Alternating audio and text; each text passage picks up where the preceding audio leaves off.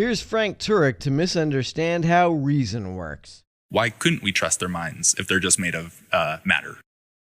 Well, because if physics drive everything and there's no immaterial realm, if we're mind, then how can physics drive conclusions that are true? How could non-physical minds drive conclusions that are true? Why would a physical brain be less capable of modeling physics than a non-physical soul? I don't see how either is guaranteed to produce true conclusions, but Frank seems to think that a mind which follows the laws of physics would be less capable of understanding those laws than a mind which does not follow the laws of physics. This is apparently intuitive to him, but to me, the opposite seems more intuitive. Wouldn't a brain which actually follows the laws of physics be more likely to figure them out than a mind which does not follow those laws? Why would being exempt from the laws of physics make it any easier for a mind to understand them? They might drive conclusions that lead to survival,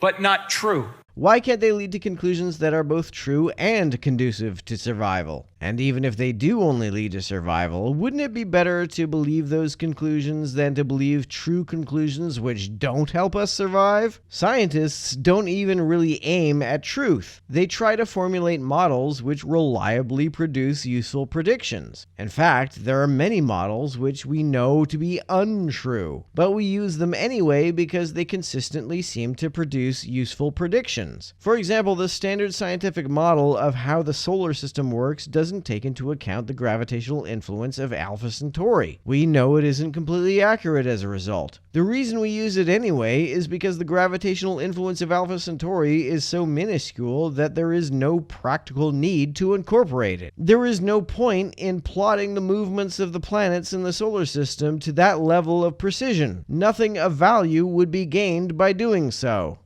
Like right now, we're having a conversation, right? Yes. What physical laws are creating your response to me and my response to you? This question makes Frank sound like he thinks that there is something going on in your brain which does not merely follow the laws of physics. None of what is happening in your brain or anyone else's brain when you respond to anyone or they respond back defies any laws of physics. The laws of physics wouldn't even be laws if we were to discover anything that did defy them. I guess all of the atoms and particles and all the laws of nature just wrapped up together in a ultra complex way. Well, yeah, but how do they come up with these unique questions? We're having a conversation here. Are we saying that different chemicals come into existence when I say pink elephant, and different chemicals come up in your mind when you say white rhinoceros? Yeah. No, different chemicals don't come into existence. Rather, they carry out different processes. Thoughts are not chemicals, but they are ultimately chemical activities. The regularities of physics can combine to create novel occurrences.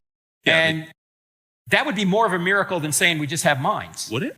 Yeah. Because it's like I guess think of like a computer. Uh-huh. Like we have like the screen of our eyes basically, but like you can't just like break open a computer and see, oh, look, there's the pink elephant that's stored in there.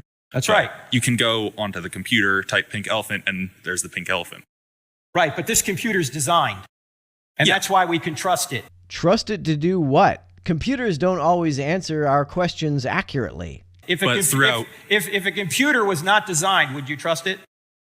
I don't completely trust computers regardless of whether they are or are not designed. What computers tell me matches my empirical experience in some cases, and in some cases it doesn't.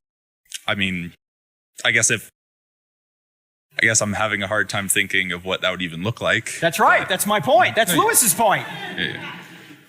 Why? We can trust our minds. We know that. No, we don't. We often can't trust our minds. Our minds are fallible. They are prone to biases, misperceptions, logical fallacies, and sometimes even delusions. This, to me, makes it far more likely that our minds evolved through an unguided process that simply produced conclusions useful to our survival, rather than a process which was deliberately designed to discern truth. That's the effect. The question is, what caused that? I guess evolution.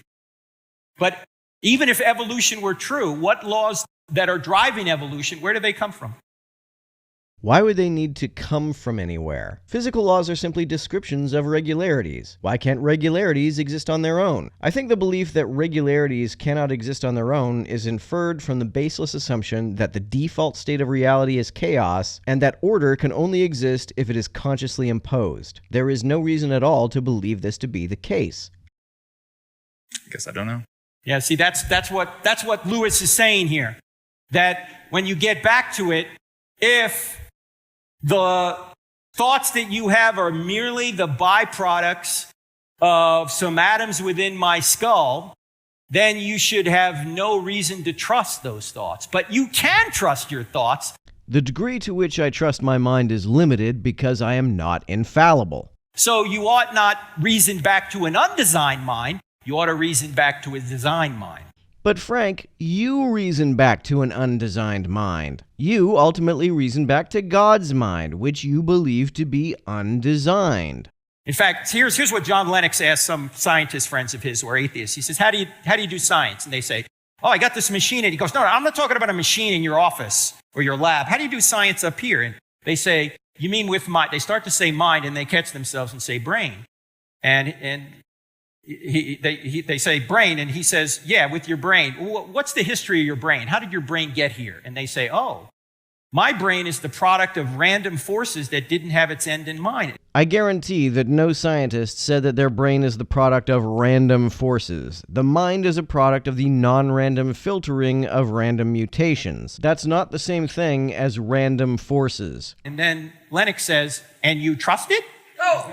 No, we don't completely trust it. Even if there is a God who designed our minds, it is clear that those minds are fallible and cannot be completely trusted. Even when it comes to the things which seem most certain, we have at least some reason to doubt. The whole reason we developed logic and the scientific method is so we can filter out the many, many biases and fallacies which naturally infest our minds. And even then, because we use our biased, habitually fallacious minds to design and apply these safeguards, we are still often wrong. That's why we still have at least some reason to doubt even the things about which we are most certain. But even given our severe fallibility, our conclusions still don't seem to be random. And the mere fact that they are not random does not mean that our minds were deliberately designed. Yeah, well, why would you trust such a thing? Why would you trust a computer if such a computer could come into existence out of nothing? Well, first of all, I don't believe that anything came into existence out of nothing. I don't believe there ever was nothing. And secondly, even if a computer could come into existence out of nothing, that would not be a reason to conclude that its output must therefore be random. If a computer came into existence out of nothing, I'd have to observe its behavior to determine how much I want to trust it. Well, If it wasn't designed. It hasn't let me down before. Or it has, but not. Right, because you already have the effect, but you need to reason back to the cause. Given that the effect, what we have ended up with, is fallible minds, it seems more likely to me that those minds were not created by an infallible deity. Right, your mind is an effect. So what caused your mind is the question. And given that it's a fallible effect, it seems most likely to me that it was not the product of an infallible cause. Laws, which do the same thing over and over again, physics does the same thing over and over again. How does it give us this diverse variety of conversation we're having right now? Regularities can build upon one another to produce unprecedented occurrences. Do you think that there is anything about the conversation you are having that is defying the laws of physics? If some immaterial mind is stepping into your brain and giving you insights that your merely physical brain cannot produce, then we should be able to detect some kind of interference when we look at brain activity. We should be able to see neurons zigging when the physics predicts they would zag or some such thing. But we don't see anything like that when we look at how the brain, or anything else, behaves. The universe is a very big place. It would at least be a little logical that certain conversations would happen between intelligent beings. Right, but where do intelligent beings come from? That's the question. It's interesting that, to apologists, where intelligent beings come from is only the question with respect to intelligent beings who are not God. If you ask where God came from, then it is suddenly an inapplicable question. God's intelligence can just exist on its own. All other intelligent beings have to come from somewhere, and that somewhere can only be God. They insist that God is a very special being who deserves some very special pleading. See, physics does the same thing over and over again. Frank's essential misunderstanding here is that he doesn't seem to know about a phenomenon from systems theory called emergence. He thinks that regularities can't produce patterns which were previously unprecedented without some conscious entity interfering and imposing those unprecedented patterns. Frank thinks that because he is having a unique conversation, the elements that make up that conversation cannot lack the property of uniqueness. This is a compositional fallacy. Things can have properties that the elements which comprise those things do not have. Unprecedented occurrences can be comprised of precedented occurrences.